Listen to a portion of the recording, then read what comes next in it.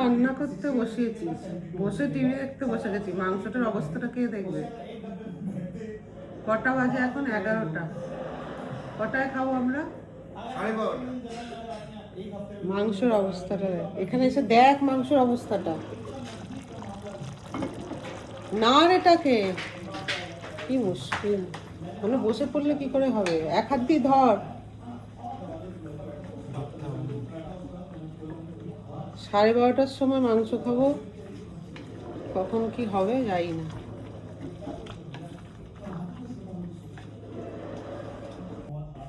পাপা এখন মাংস রান্না করছে, আপনার কিছু বলার আছে?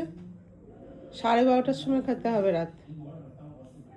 আর খেতে হবে না, আর ডিনার হবে না, সেটা ব্রেকফাস্ট হবে এবার। পাপা মাংস রান্না করছে, 12:30টার আগে মাংস খাওয়া হবে না। আরে আপনি কিছু यार, বলতে চান এই বিষয়ে? already experienced this.